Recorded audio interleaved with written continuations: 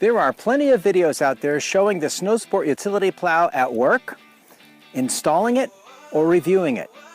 But I have yet to see anything explaining what it takes to get started and or how to actually use it to clear snow. This is that video. And by the end of it, you should have a good idea of what is up with the Snowsport Utility plow and how to use it. Let's jump right in. First of all, compared to a conventional plow, the Snowsport is a very different animal. That includes the HD, the LT, and the Snowsport 180. Typically, real plow trucks have a large, heavy steel blade, and when using it, you can just tear down the road or wherever, and the snow will just fly off the blade, up and over any banks, and out of the way. And the AgriCover promotional video about the Snowsport plow, I think they're misleading because they give the impression that that's how you use the Snowsport too. I bought my Snowsport plow like 15 seasons ago. It was the HD utility model the year before they started putting the HD logo on the blade. My driveway has a large but tricky elliptical loop turnaround area and is 1,000 feet long. And since I bought the Snowsport HD, I've never needed a guy with a real plow truck to come take over. So I know that it's a very effective, really great plow, and I know that you cannot plow with it the way the commercial guys do it. The Snowsport plow is meant to be used at a very low speed. If you go too fast, like over 10 miles an hour, the relatively light blade, it won't cut down into the fallen snow as much, and you'll have to make multiple additional passes, and the grade won't be as nice. Plus, that awesome low profile design that doesn't block your headlights when you're driving around means that the blade isn't very tall. So trying to plow with a Snowsport the way that the commercial plows guys do it doesn't involve a wave of snow being thrown up over the banks. You'll do one or two passes and find that you just can't make the driveway or road any wider. So right off the bat, you should have it in mind that your technique, your strategy, your whole approach will be different with a Snowsport plow. Here's how I do it, and maybe these tips will work for you as well. I've broken plowing with the Snowsport down into just 3 easy concepts. Concept number 1, favor pushing the snow straight over rolling it to the side. Put out of your mind that you always have to roll snow off to the side the way that regular plow guys do it. It's very tempting, it's definitely satisfying, and you may even think that it's faster to do it that way. With conventional plows, it probably is. But with the Snowsport, the combination of the slow speed, the not so tall blade, it means that the furrows that you make, they can't get much higher than maybe 2 feet.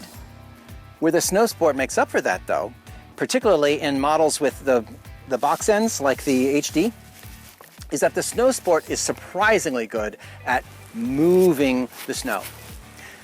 By pushing most of the time in straight lines, you can usually make your roadway as wide as you need and make room for future storms all in one shot, right from the get-go, rather than doing all that rolling to the side and then having to push the bank backs anyway.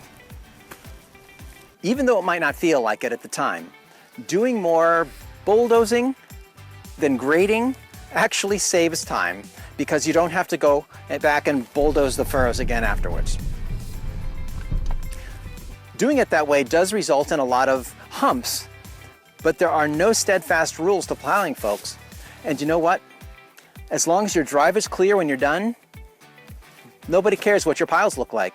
And if you should live in a place where you get a lot of snow and you have kids, those humps make for some fantastic snow fort material. Boy, have we had some good results.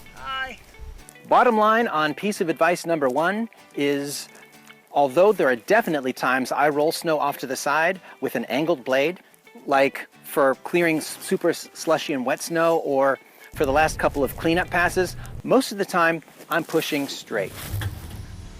Concept number 2, plow from the inside out. Naturally, all but the wettest snow types, it spills off to either side of the blade when you plow. And when you're turning while you're plowing, the snow is going to spill way more off to the side that you're turning away from.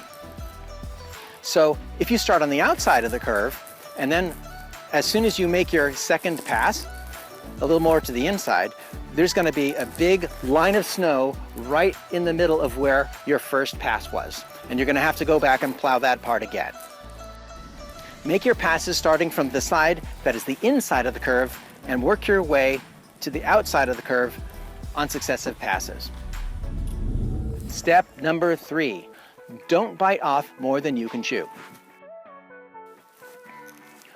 Obviously, you want to move the most snow with the fewest number of passes possible. So you're naturally going to make the deepest cuts into the successive passes that you can. But anyone who has ever tried to make a snowman knows that snow becomes exponentially heavier the further you try to roll. And when you're trying to plow snow that is at all wet, it rolls off the blade more slowly, or sometimes even doesn't come off the blade at all, even if the blade is angled. And you'd be surprised at how quickly the weight of that snow, as it increasingly collects in your blade, becomes enough so that you can't move forward anymore. Especially if you have a snow sport plow on a smaller SUV or a compact pickup, taking smaller bites into successive passes does mean that you have to make more passes, but the mass you're moving will be more manageable. It could be the difference between successfully clearing your space and creating a situation where you can't move the pile at all. Similarly, if you're moving snow that is super light and fluffy, taking smaller bites means that less snow that's piling up on the blade will fall off on the side of the plow you don't want it to fall off on. My recommendation with the snow sport is, in general, when doing successive passes, I don't bite with bigger than maybe a half or a third of the blade.